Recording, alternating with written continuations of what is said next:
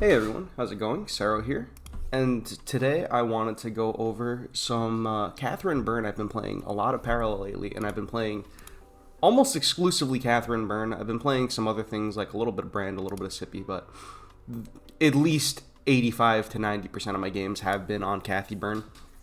So right now I am rank 109 on the leaderboard. I did last night, it was not my best night on the ladder. I was really trying to hit top 50 before I recorded this video. I was very close a couple times. I did peak at like rank 30 something with this list, but yesterday was not my day, and I did not get to the rank I wanted to get to with my lists. But I did want to make this video instead of just keeping. I didn't want to keep putting this video on hold to attain a rank. When I could just make the video, because I am very confident in these lists. So I do have 3 different Catherine lists that I've been using, and we'll go over the different ones real quick. So the first one I have is this is probably the fastest version of all 3 of the decks that I'm using. All 3 of these decks have a very similar core. They're all going to be playing Bloodhound Transports. Bloodhound Transport is one of the best cards in the game, in my opinion. This card is insane. For 0 mana, you get a 0/1, big deal. But the big thing about this card is that this is the only way to activate Catherine's passive on turn 1. So you actually, when you play it alongside Crimson Fleet Machinist on turn 1, you get a guaranteed 1/3. So you're getting a free 1-drop that's actually bigger than most of the 1-drops people are paying mana for. So on turn 1, you're getting 2 units, which is just massive. And then on top of it, the Bloodhound Transport is just useful. It synergizes pretty well with the Gunslinger, the Mercenary Gunslinger, with picking off small units, or small, like, 1/1 tokens. In addition to that, the Bloodhound Transport is excellent with Memento of the Fallen. The Memento you'll just be able to pass the Memento around from all these junky little units, and eventually build the knife up to the point where it could potentially just win the game. So Bloodhound Transport, I would definitely say, is probably one of the strongest cards Catherine has gotten in the past handful of months, I would think. It's a very, very strong card. So one thing you'll see that's different about the lists that I'm playing is I play extremely burn heavy. I'm playing 3 copies of Crackshot. In the weeks, month plus, 2 month plus that I've been playing Parallel a lot, I've seen very few other players actually running the Crackshots. This is the most efficient burn card in the game. 1 mana to deal 3 damage is extremely efficient. On turn 6, you can play it and so if you're in a position where you, on turn 5, right, you empty your hand, right, you bank everything, you play all your cards, and you've emptied your hand, you end up in a position where at the end of that turn you draw 1 card. At the end of the next turn, at the start of the next turn, you draw a 2nd card, so you'll have 2 cards in hand. If you're going into a turn 6 where it just so happens that you draw like a Triumph of Mars and you draw a Crackshot, which you can kind of engineer or maneuver your hand in a way where you can increase the odds where this will happen. Basically, Crackshot, you can play Crackshot and then you can play Triumph of Mars, and this is like one of the few ways where you can actually like dump your hand before reloading on a new hand through the Triumph. And because you're playing like things like off of the Triumph of Mars, because you're playing Crackshot, because you're playing Orbital Strike, because you're playing Determined Assaults, and because you're playing Catherine's Expertise, you just have so much reach off the top of the deck that you can just like burn your opponent out for like 8+ damage. Sometimes 10+ damage. I have a video on turn 6 where I play on turn 5. I played a Triumph of Mars on turn 5, and on turn 6 I have 21 damage from hand. No board. So you can build up a ton of damage, a ton of burn. Now the main thing to separate this list, Giga Burn 1.0 and Giga Burn 2.0, they're very similar lists. The main difference, I would say, is this list is on 2 copies of Pathfinder. This list has increased odds of getting a turn 1 play purely because there's 2 extra Pathfinders. Now, I did end up cutting the Pathfinder from other lists. Reason being, while I do really like the additional 1-drop, I do not like that, and I also think Pathfinder is actually a very good one drop. But the issue is that because you can take the Pathfinder, and you can, when it dies, you can pass the buff onto a Bloodhound Transport, which is just quite useful. But the issue with Pathfinder is it will die to enemy Bloodhound Transports, and it will die to mercenary gunslingers wherever he is. Yeah, so because Pathfinder dies to so many other cards you'll see in Mars, and because Mars is so popular right now, I've opted to cut the Pathfinder from my future lists. But I do think Pathfinder is actually a good card against certain decks. It's a very powerful one-drop against things that aren't playing decks that don't have access to easy single points of damage. So I do like the Pathfinder. But in the future versions of the list, and I would not recommend the 1.0 version of this deck. I would recommend playing the 2.0 version of all my lists. I'll post all of the deck codes in the description below as well. So you'll be able to pick and choose which list makes the most sense for you. So let's see what else can we go over. I mean, the standard core in a lot of my lists is going to be the Bloodhound Transport. It's going to be the Crimson Fleet Machinist. It's going to be the one-drop package, right? Your Bannermans, your Gunslingers, your Trigger-Happy Troopers. This is something you're going to see in all of my lists. What you won't see in all of my lists is the Pathfinder. You won't always see all of my lists running Determined Assault. Some of them will run Determined Assault, some of them won't. I really like this card. It's one of the most efficient burn cards in Mars, doing 1.5 damage per mana you spend on it.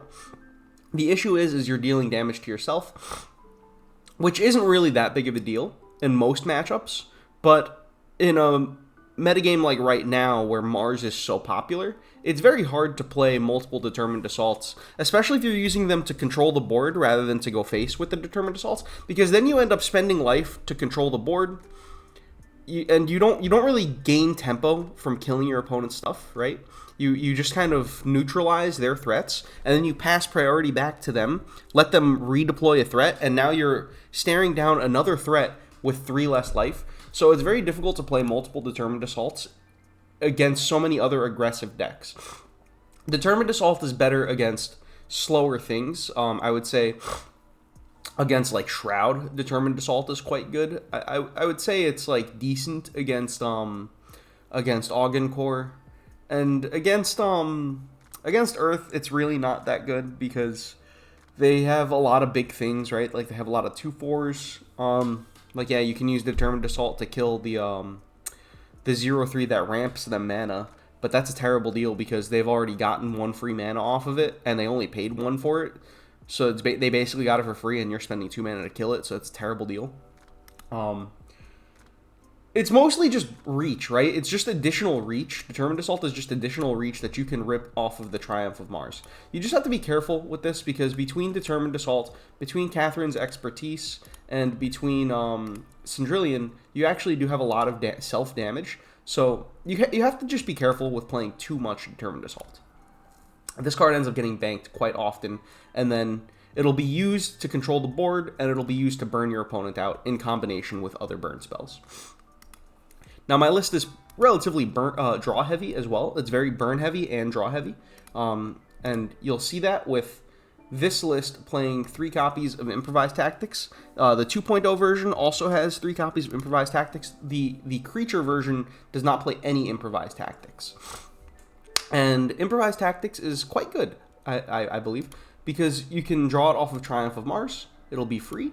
And it'll help you find more reach. It's because with this style deck, once you get into that latish point of the game, turn 5, turn 6, turn 7, you're not looking to interact on the board anymore. Whatever units you're playing onto the board are purely there as fodder to force your opponent to trade into them, to buy you a little bit more time to play more burn. That's all the units do in the end game. They're just getting, all the 1-drops are getting banked. You're just looking for raw burn damage. And you need the card draw to supplement finding additional burn, right? You need to keep digging and keep digging to find these lethal points of damage. So we get into the 3-drop package. We've already talked about the Expertise. It's just good burn. It's probably the best burn in the deck, in my opinion. I mean, you could argue Orbital Strike is better, but Orbital Strike is very mana inefficient. when you use it. But the thing is so Orbital Strike goes down to 1 mana when you play it off of Triumph of Mars, whereas Expertise becomes free off of Triumph of Mars. So if you draw 2 Expertise off of Triumph, you can just burn them out for 8 damage.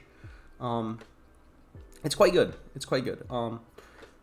Yeah, I do really like the Expertise. I think this card is very much a staple in this style deck. It's instant burn. 4 points is quite a lot. That's 13% of their life, right? I think something like that, 13.3%, something like that. This is doing quite a bit of damage. It is really, especially along with other burn. If you play it, if you go like something you might be able to set up is like Catherine's Expertise, crack shot for 5 mana, and then that's 10 points of damage. That's a third of their life immediately from hand. So you can just set up these extremely high burn turns, or you can sculpt your hand so that you have tons of burn to just close out the game on the final turn, or just play a Triumph of Mars, find what you need, and close the game out from there. And then the final card would be, I mean, we didn't talk about the Memento of the Fallen. I believe all 3 of my lists are using Memento of the Fallen. This card is insane, especially in this style deck where you're playing all these 1-drops. I mean, look how many we have. We have 3, 4, 5, 6, 7, 8, 9, 10, 11, 12, 13, 14, 15, not counting the 2 Pathfinders. Every single one of the decks that I will be showing you today has 15 1-drops or more, which is insane, right? This Memento of the Fallen will get tons of value. Rallying Cry, we didn't talk about the Rallying Cry. It's weird. Excuse me. In this version of the list, the Rallying Cry is actually, this is probably the weakest Rallying Cry list of all the 3 lists I'm going to show you. And that's because this list has additional copies of Pathfinder. So you're just and there are also no 2-drops in this list that you're looking to grab off of the off of Rallying Cry. So at most you're getting 2 mana's worth of cards off of Rallying Cry every time you play it in this particular list. In the other lists you can get more than just 2. But this list you're only getting 2. It's basically just a guaranteed activation of Cathy's passive, and it thins your deck out, which is very important actually, because removing 2, or if you play an extra one in the deck, and actually it can remove more than 2, right? It can remove more than 2 cards from the deck. So let's say you play like Rallying Cry, right? Let's say you grab a Crimson Fleet Machinist and like some other 1-drop, right? That's actually removing 3 cards from your deck because the Machinist is going to draw you a transport. So this card ends up thinning a lot of junk out of your deck, especially if you're able to play 2 Rallying Cries throughout the game, which makes it extremely likely that your Triumph of Mars is going to find heavy amounts of burn. And that's the main thing you're looking to, that's the main reason you're playing the Rallying Cry. I mean, Rallying Cry is just the best 3-drop in the deck. It is one of the only 3-drops in the deck, actually. So just be careful when you play the Rallying Cry, because there is a decent possibility you'll have a seriously dud Rallying Cry where it'll hit something like it'll hit like a Gunslinger and like a Bloodhound Transport, which this could actually be very good. This could be a very good Rallying Cry on certain board states, because this is actually a Rallying Cry that's finding 2 points of damage, but it is a very low value Rallying Cry. You can also find something like, I've had this happen where you get double Gunslinger, and then you're just looking at like, this is just a really sad turn, double Gunslinger. So just think a little bit before you play the Rallying Cry. Sometimes maybe you're better off banking it and just playing for guaranteed tempo, guaranteed value, rather than gambling a little bit. But the gamble aspect of the Rallying Cry, it is relatively, like, you don't know what you're going to get every time, but the card is relatively consistent, and it is getting good stuff. Like, very often it's going to grab you like 4, 5 worth of stats every time, right? Like, you're going to grab a Trigger Happy Trooper, you're going to grab like a Crimson Fleet Machinist, you're going to draw a card, you're going to maybe get a Gunslinger, help you clean up something on the enemy board, and then get you know, there's so many things you can get, so many combinations of cards you can get off the Rallying Cry. It's just kind of what I'm getting at. I'm just talking in circles at this point, so we'll stop here. This is 1.0 burn. This is what I've been playing the past handful of weeks. This is what I used to get to rank 30 something. But since I've been playing this list, I have I've changed it up a little bit. And this is the new version of the list that I've settled on, Burn 2.0. And I actually like this list. I think I like this list more than 1.0. And now the lists are very similar. The main difference is you're going to be playing... you're not playing any copies of this guy, the one drop. Where is he?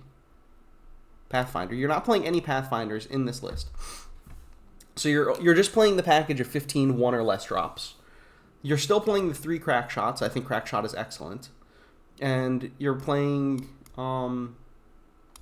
only 2 determined assault. I only found space for 2 determined assault. I find it very hard to play the 3rd determined assault. You know, dealing 9 points of damage to yourself is really a lot, especially when you still have not rallying cry. You have expertise dealing damage to yourself. You have Syndrillion dealing damage to yourself, and you're also taking points of damage from the Memento of the Fallen. I just find it very hard to want 3 determined assaults. Instead, what I'm playing is second wave soldiers. We're playing 2 second wave soldiers in this list. And the reason being is because second wave soldier, just by having 2 of these cards, very often you're going to bank the second wave soldier. You actually very rarely play the second wave soldier from hand. There are instances where you will play second wave soldier from hand. But the main thing about second wave soldier that I really like is it gives you like an alternate line with rallying cry, right? You all of a sudden you have this, while you're a very aggressive burn heavy deck, you all of a sudden have this built-in additional card advantage option, like an additional card that can just keep cycling. And when you're digging so much, you're looking for Triumph of Marses. You're looking for your improvised tactics. When you're looking for all of this card draw, it's actually very helpful to have additional card draw off of your second wave soldier and off of your Catherine's rallying cry. Especially there have been rallying cries where I played where you'll get a Crimson Fleet Machinist and you'll get a second wave soldier. So all of a sudden you're drawing 2 cards off of your rallying cry that is also fighting for the board and triggering your Catherine's +1/+1 ability. So it's actually very powerful. It's not a burn heavy play, but it is a value heavy angle that you can take, where in a deck that really doesn't have that much value, it's playing very high octane, I'm just playing my cards, I'm trying to burn you out, and I'm going to run out of gas. This is just a small way to get a little bit more fuel in the tank to last 1 extra turn into the late game. So I actually, and that's the main innovation that this list is using, is the second wave soldier. I really do think this card is quite good in this style list.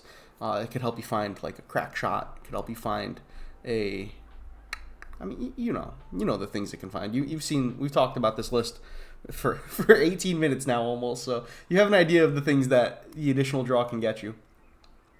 I am playing 1 Logistics Mastery. The 1.0 version of the deck also played Logistics Mastery. The version I showed you did not have Logistics Mastery because I cut it at a time where I was seeing so much Saboteurs on the ladder. I would actually probably go ahead and add Logistics Mastery back to the 1.0 version of the deck if you're going to play this list. But I would just suggest using the 2.0 version anyway. Logistics Mastery is very good. It can provide you illegal amounts of reach, basically. Like, I count it up sometimes. Sometimes this card is putting in 8-10 points of burn damage throughout a game for 2 mana. It's extremely good. It's hard to play. It's hard to properly play. I've tried tons of times keeping it in my opening hand along with a Gunslinger and thinking maybe I'll play a 1-drop on turn 1, I'll play Logistics Mastery on turn 2, and then I'll play Gunslingers on turn 3, and I'll play Control Burn from there. But it actually doesn't work. Very often, you end up just being behind the whole game, and you're not able to burn your opponent. You have to burn their units. And then that doesn't work very well when your burn spells are things like Determined Assault. And now all of a sudden, to remove a unit with 3 HP, you're dealing 5 damage to yourself. And you're overspending damage, right? Like, so you can't play the Logistics Mastery in a way that you're... it's very hard to play Logistics Mastery to extend your burn as control tools. You have to play Logistics Mastery in a way where it's like, I'm playing Logistics Mastery and then I'm going to play two burn spells on the same turn, or like one burn spell on the same turn, with plans to play additional burns on the next turn. Or one of the best ways to get Logistics Mastery in play is you play Triumph of Mars. You wheel your hand into a new hand that has a free Logistics Mastery along with one or two additional points of burn cards. This is how you really get a lot out of the Logistics Mastery. Another thing I will also point out is I actually think very often the activation of Logistics Mastery is a bait. You probably don't actually want to activate this card, because what ends up happening is, I mean, there are certain, you have to play it by ear, because there are some times where you actually will want to activate the Logistics Mastery. But the reason activating it can be very sketchy is just because of Triumph of Mars. All of a sudden, your Triumph of Mars is hitting 0-cost Logistic Masteries, and then the card that you draw off of the Logistics Mastery doesn't get a cost discount. So it's just a bit problematic. You want to be making sure you're getting the cost discount. So the free 3 points of damage that you get off of the supply cache is not very consistent. It's not very reliable. Like, the payoff isn't very high for getting the Logistics cache, but the punish of drawing one off of Triumph of Mars is massive. So just be careful. I wouldn't activate this if I still have 2 or 3 Triumphs left in my deck. If I only have 1, maybe it becomes a lot less likely you're going to find the Triumph, and maybe you want to start spamming the cache and getting those supply caches going. But if you have a lot of if you're not in a position where I don't know, you just be careful activating it. Just be careful activating that, I would say. And then let's see what other differences are in this list. I think that is all of the differences. It's basically a very similar list. The main difference is we've cut a Determined Assault. We found space for a Logistics Mastery, and then we also found space for 2 second wave soldiers, just for additional draw off of the Catherine's Rallying Cry. And out of all 3 of the lists I'm showing you today, this is the one I would suggest you play the most. And now let's take a look at the final version of the list that I am playing. Whoops, this is not the right one. Let's go back. So this is my creature burn list. This is a lot less aggressive. We're only on 2 crack shots instead of 3. There's no space for the third one. We are on 0 copies of Determined Assault here. I am playing... This is the most mid-rangey of all my lists. So we've replaced a lot of the burn in this deck. We've replaced them with Vindicator Rapid Assault Vehicle. And now this is a very strong card. It actually did just get nerfed. It's still good. It's still a very good card. I don't think the nerf matters that much. It does matter, obviously. It lost a point to power. But this card is still extremely playable. But the thing with this list is... Oh, and the other main difference is we're playing 3 copies of Alvaro Interrogator. Now, the Alvaro Interrogator, it's finicky. It's in certain matchups, it can be lights out against your opponent. It could just be extremely difficult for them to play through the Alvaro. This card I've had get 6 to 9 points of damage against my opponents, and that's when there's only 1 in play. Sometimes if you have 2, you can really pin them. But the thing is even though you can pin your opponents with the Alvaro Interrogator, this deck is extremely spell heavy. There's 15 effects in the deck, so you can pin yourself with this card too. For any of you that have played like mono red burn in like Magic, it's like, it reminds me a lot of like Eidolon of the Great Revel. The card is very good. Eidolon of the Great Revel is very good, but it's dangerous. It can kill you if you're not careful. It can kill you. And then the other thing that's a little different is, like with Eidolon of the Great Revel, you can just opt to never block with it in Magic, so that it can sit there and always provide a threat and always be a threat. But in parallel, because your opponent can just attack the Alvaro Interrogator and remove it from the board, it is a little bit harder to play. I have killed myself with this card. So I'm not entirely sure that the Alvaro Interrogator is better than playing something like Determined Assault. But what I like about it is you can play Catherine's Rallying Cry, and now you can start getting Alvaro Interrogators. You can play Second Wave Soldiers. This is the best Rallying Cry list of all the lists I've shown you, because it's just so likely to find 2-cost cards, whereas the other decks have very few 2 costs or just don't have any 2 costs. Now, one thing about this list that is inconsistent, where the other lists are much more consistent, is your Crimson Fleet Machinist is not guaranteed to draw you a Bloodhound Transport on turn 1 because we are playing 3 copies of Vindicator or Rapid Assault Vehicle. So this is another way that you can kind of fall behind. This is another thing that you can see that this list is significantly slower than the other lists. We do still have 3 orbitals. I don't see people playing orbital strikes. I really see very few people playing orbital strikes. See very few people play crack shots. I think these cards are excellent. The amount of reach that they provide is just unmatched, really. And I really see very few people playing the expertise as well. Most people are just playing creature heavy Mars lists, and they're yeah, it's just very creature heavy, and they're not playing the spells. They're not looking to burn their opponents out, and I don't know. I'm one of the few people I see on the ladder playing heavy burn like this, and I think either I'm doing something wrong or other people might want to take another look at cards like Orbital Strike and Crack Shot, because I do think they're very good. And then other than that, this list is not too different. There is an Artillery Volley, where the other 2 lists don't have this card. This card is very good in the right context. If you can like sit on it in your hand and wait for the right time to play it, this card can completely devastate your opponent's board. This card is insane, like especially when you have like a Rapid Assault Vehicle you can blow up with it. But the other 2 lists, and even this list, I actually find it very hard to use in this list. I think there are certain Mars lists where the Artillery Volley is very good.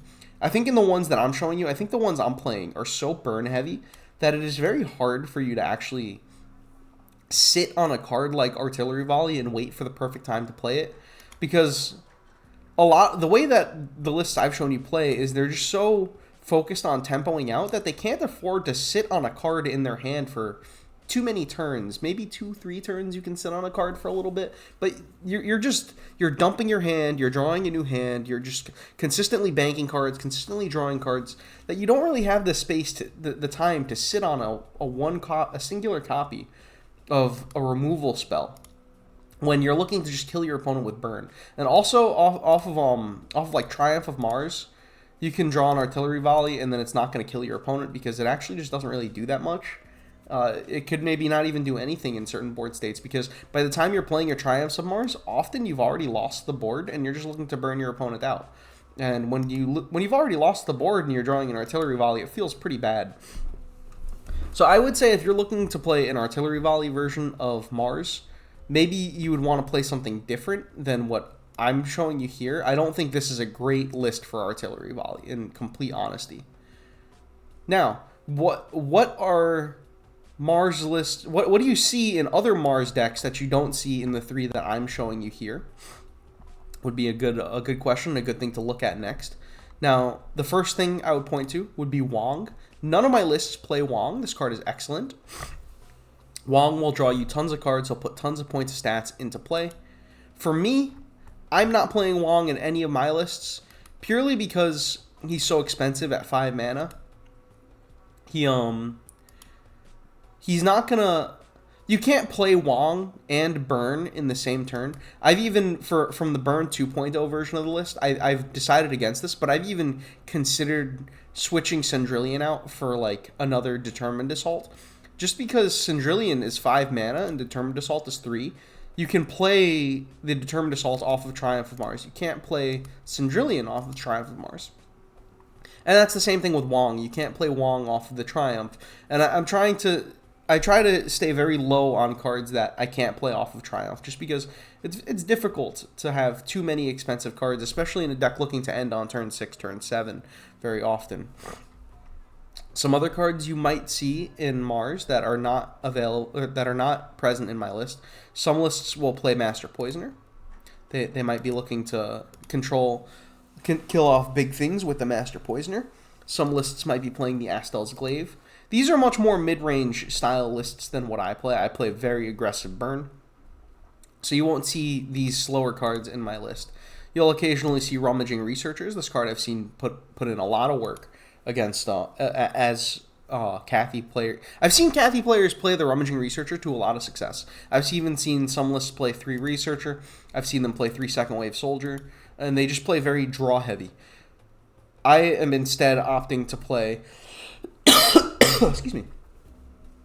I'm getting my card draw from the 2-mana draw spell. Improvised Tactics, right? Yeah, that's where I'm getting my card draw from. Is the Improvised Tactics. Some lists will play Saboteur, looking to counter the relic that Sippy plays, the High Density Genetic Replicator. You'll play Saboteur, looking to stuff that. Let's see, what else is there? Harf is a good option as well. He's really good to come off of a Catherine's Rallying Cry. It can reduce the cost of your Triumph of Mars, which is huge. It can reduce the cost of all of your burn. It can reduce the cost of your orbital strikes, your expertise. You can even, in some situations, you can play a Rallying Cry, get Harf, and reduce the cost of like your next Rallying Cry. So this card can do a lot. I am not playing it in most of my lists, or any of my lists today playing it. This is a card that's come in and out of my lists. I think none of the lists I'm showing you today are playing the Harf. You can certainly put it into all 3 of the lists. Harf is a good card. The reason I have opted to take it out is just because while it can help you play out your other burn, it itself is not burn. So like off of a Triumph of Mars, it can't actually always help you. It won't always help you get to the win condition. It can help you. Where Harf gets the most value is like when you're using it in a way where you're shutting off their 0-cost cards. You're shutting off their no snitchings. You're shutting off their take it or leave it. That's what Harf is really good at doing, and those are the instances and the circumstances you want to be playing this card. I would use it. I would focus more on using it to shut your opponent's spells off than I would to use it to bolster your spells, if that makes sense. Some lists will play Armored Support Vehicle. It is very good, especially if it gets the Catherine buff. Like if it gets the buff off of Crimson Fleet Machinist and also the Cathy buff, this thing becomes a 2/6. 2/6 is massive, especially in the early game. Like I've even seen people go like on turn 2, Bloodhound Transport into Armored Support Vehicle. And that's just like, that's very difficult to deal with, especially if you're like an aggro deck. If you're a control deck, 2/6, not a huge deal. But an aggro deck really has a lot of trouble busting through a 2/6 defender so early into the game. But yeah, for me personally, I would rather just play only Bloodhound Transports just to guarantee that I have it on turn 1.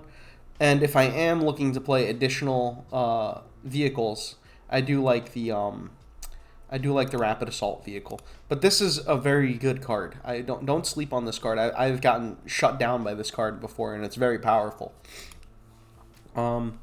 Closing out things that other lists might play that I do not play, you have the PS8 launcher. I think this is one of the most unorthodox things about all my lists. I'm playing 0 copies of PS8 launcher in any of my lists. Most people play 2 or 3 of these. This card is excellent. I'm not looking to say it's not. This card is fantastic. Especially along with like Bannerman. There are some openers where you just go like Bannerman, rocket launch, your best card. Now I have a 2/3, maybe it's a 3/4 because maybe maybe the Bannerman got the Cathy buff too, and all of a sudden you're just getting huge cards while controlling the opponent's board. Me, I've cut it because it doesn't go face. I've drawn it off of. I slowly shaved them down, right? Like I started at 3 with the burn list. I started at 3. Eventually, I'd go down to 2, and then I went down to 1. And I was using the 1, and then I'd realize, I have this 1 launcher, but I'd actually just rather have the 1 drop instead of the launcher in most openings. Because most of the time, I'm looking to just play my cards. I'm not really looking to kill my opponent's stuff. I'm looking to play mine and then attack them. So for me, I find my lists don't really make great use out of the PS8 launcher. But some lists, slower Mars lists, will make excellent use out of the PS8 launcher. So I'm not saying that this card is bad by any means. This card is phenomenal. Just for the purposes of my 2 burn lists, I guess my 3 burn lists, the launcher just doesn't do what I need it to do. Take it or leave it, I think, is very interesting, especially if you can use it to get a early triumph of Mars. I think there could be some very card draw heavy versions, like with second wave soldiers. You know, I think you can make a lot of use out of take it or leave it. It could really ramp you a lot if you can supplement it with enough card draw. I think this card is very interesting. Probably more for like a mid-rangey tempo-y version. I don't think you'd be looking to play take it or leave it in a list that's looking to play orbital strikes and that's looking to burn you out with like expertise. This is like something you would play in a list where you have like Wong, you have the Astel's Glaive. These kind of mid-range cards is where you're looking for a take it or leave it play. Take it or leave it also insane with the Bannerman ramping you up, letting you play more 1-drops, letting you play more expensive cards than just 1-drops. A good card, very very good card for Cathy, I think, and I think we'll probably see it. We'll see this card show its face in other Cathy lists going forward. I think it's just harder to play because it can't be banked. So the list has to really be tailored to take advantage of the take it or leave it. Now another card that sees play everywhere that I am a psychopath and I'm not playing any is No Snitching. No Snitching is great at dealing with your opponent's cards. The way I play, I don't care about my opponent's cards for the most part. I care about killing them as fast as possible. Now, No Snitching can be great for removing Defender off of something. It can be great for like shutting down a rapid assault vehicle or shutting down an enemy Bannerman. It can shut down a lot of things. And it can also buff up your Bannerman. Like, it's a great card. But for me, I just can't see playing it in my Giga burn lists.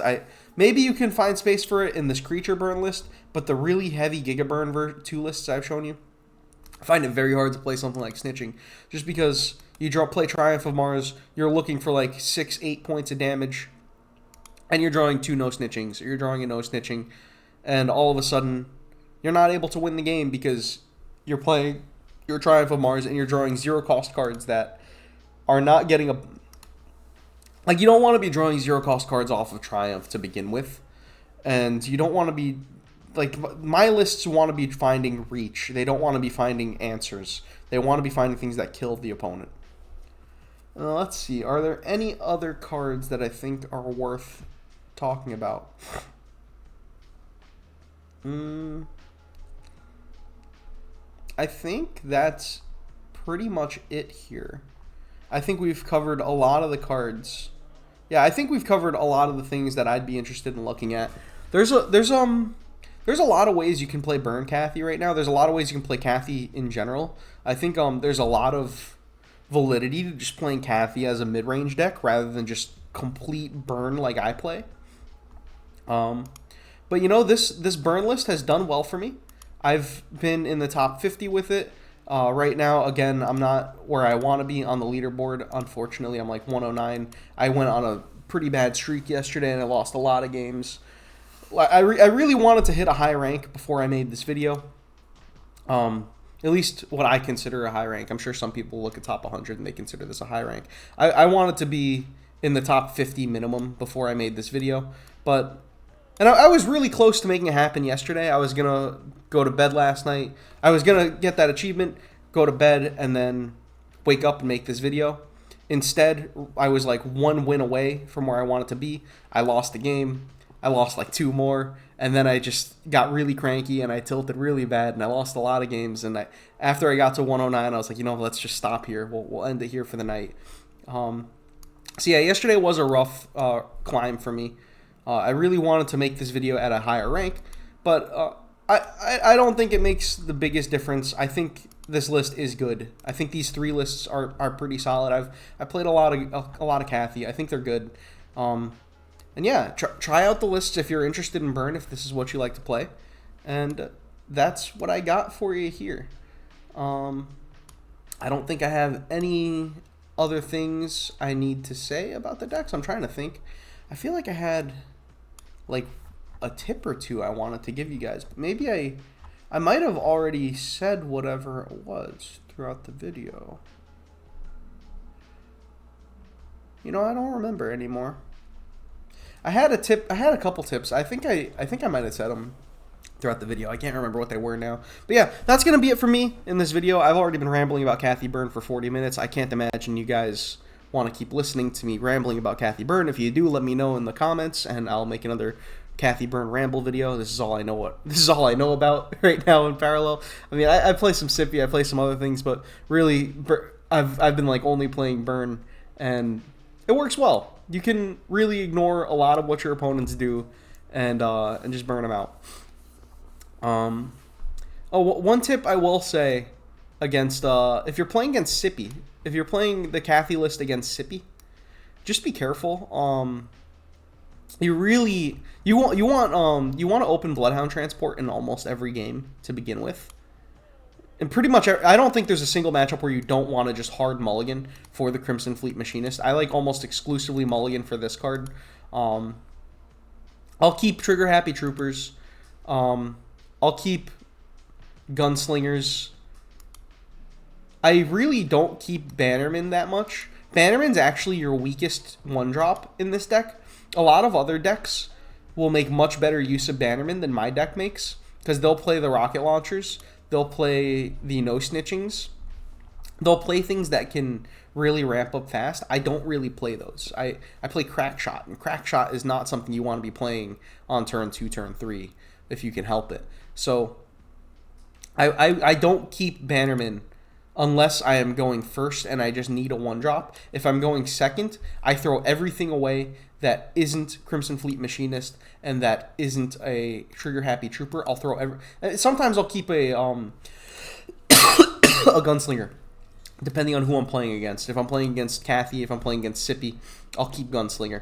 If I'm playing against the other three, I won't be keeping Gunslinger in my opening, and I'll just be looking for the Machinist. Yeah, I could just keep going, but this video is already getting quite long, and that's going to be it for me. Thank you all for joining me. Thank you all for watching. If you watched this far, I'd love if you left a comment below. Subscribe to the channel, all that jazz, and I'll see y'all some other time. Bye.